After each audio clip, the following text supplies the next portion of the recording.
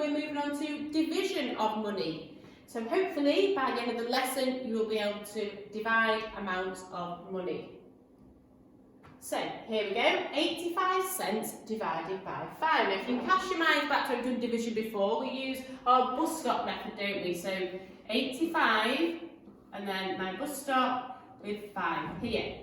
So first thing we need to do is, it's our 5 times table. So this number here tells us what times table we're going to be using.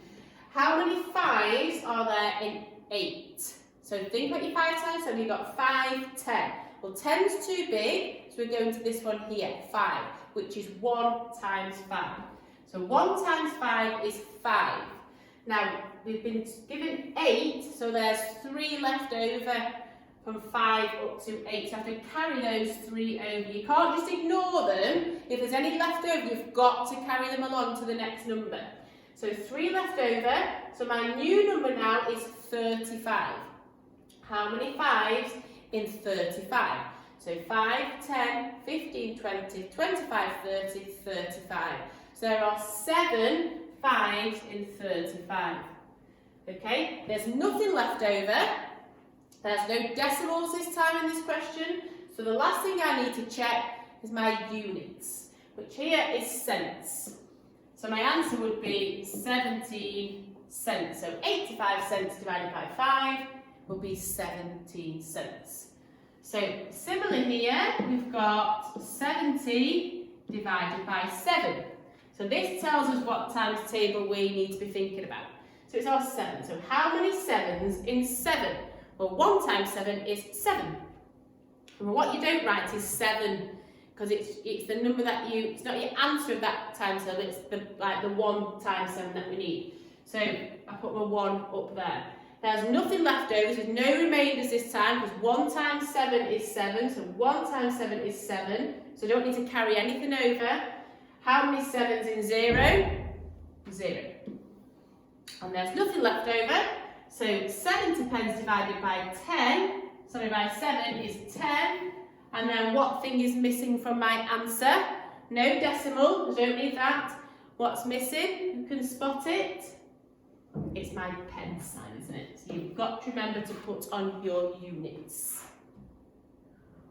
So this time we've got £24. Now there you can see now we have got a decimal this time. So that means you've got to put a decimal in your answer, so you can do it straight away, or you can do it as you build your answer. I wouldn't leave it till the end, because that's when you're likely to forget it, because you'll be whizzing on to the next question.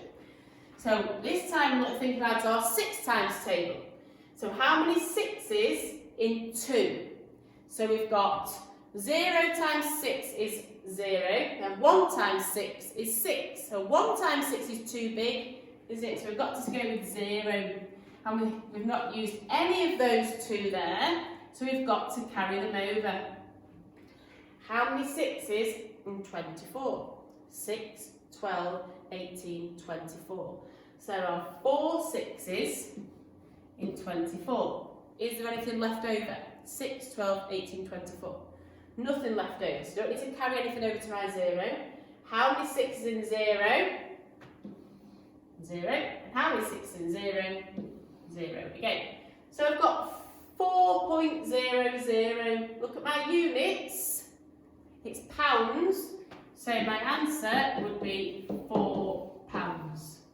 So £24 divided by 6. We divided it between 6 people. Each person would get £4.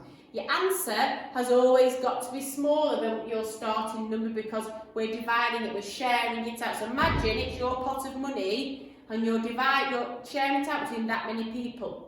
So I've got £24 in my purse, and I share my money with 6 people, and then we each get £4 each, because I'm giving some away. Okay, £12.35. So again, I've got a decimal point, so I've got to have that in my answer. Divided by 5. 5 into 1. Well, 1 times 5 is 5. It's too big, isn't it, for 1? So it will be 0. But we've not used any of that 1, so we can't ignore it. Forget about it. We've got to carry it over. So my new number there is 12. How many 5s in 12? 5, 10, 15. Well, I need 12, so 15 is too big. So I'm going to go with 5, 10. So it's 2 times. Okay, so 2 times 5 is 10, but that says 12, doesn't it? So I've got to do something with the extras. There's 2 left over, I carry them over. My decimal point, make sure it's lined up, excuse me, 5 into 23. 5, 10, 15, 20, 25. We're going to go with 20 or 25. The number's 23, so 20 or 25. It's going to be 20, isn't it? Because 25 is too big. So 20, so 5, 10, 15, 20 is 4 times 5 is 20. So how many left over? If I'm at 20, but my number's 23, how many do I need to carry over? 3. Well done. And then how many 5s in 35? 5, 10, 15, 20, 25, 30, 35. 7, 5 and 35. No remainders.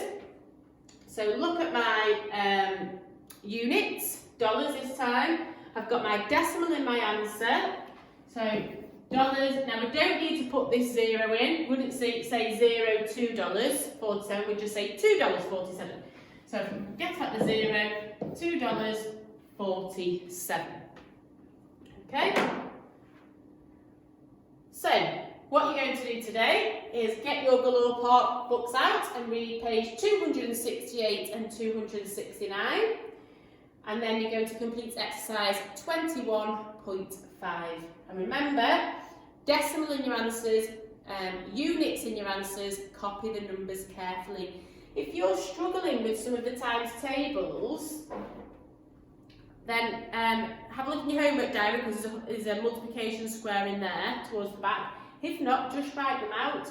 So for this one, you could do 5, 10, 15, 20, 25, 30, and keep going, 35, 40, 45, up to 9 times that number. Okay, so now I've got a different colour. And I'll just go 1, 2, 3, 4, 5, 6, 7, 8, 9. You never need to go past 9, and then that would just maybe make it a little bit easier for you. You might be quite confident with your 5s, but if there's a question with your 7s or your 8s, the trickier ones, it might be helpful just to write them out at the side somewhere, a scrap piece of paper. And then a little, it'd be helpful, then you can see where it lies between those two, so I need to go to the lower one. If that helps you, then definitely do that. Okay, but best of luck. Again, it's just normal division, but it's just got a little unit in there and a decimal point, but don't be put off by that. You'll do great. Good luck.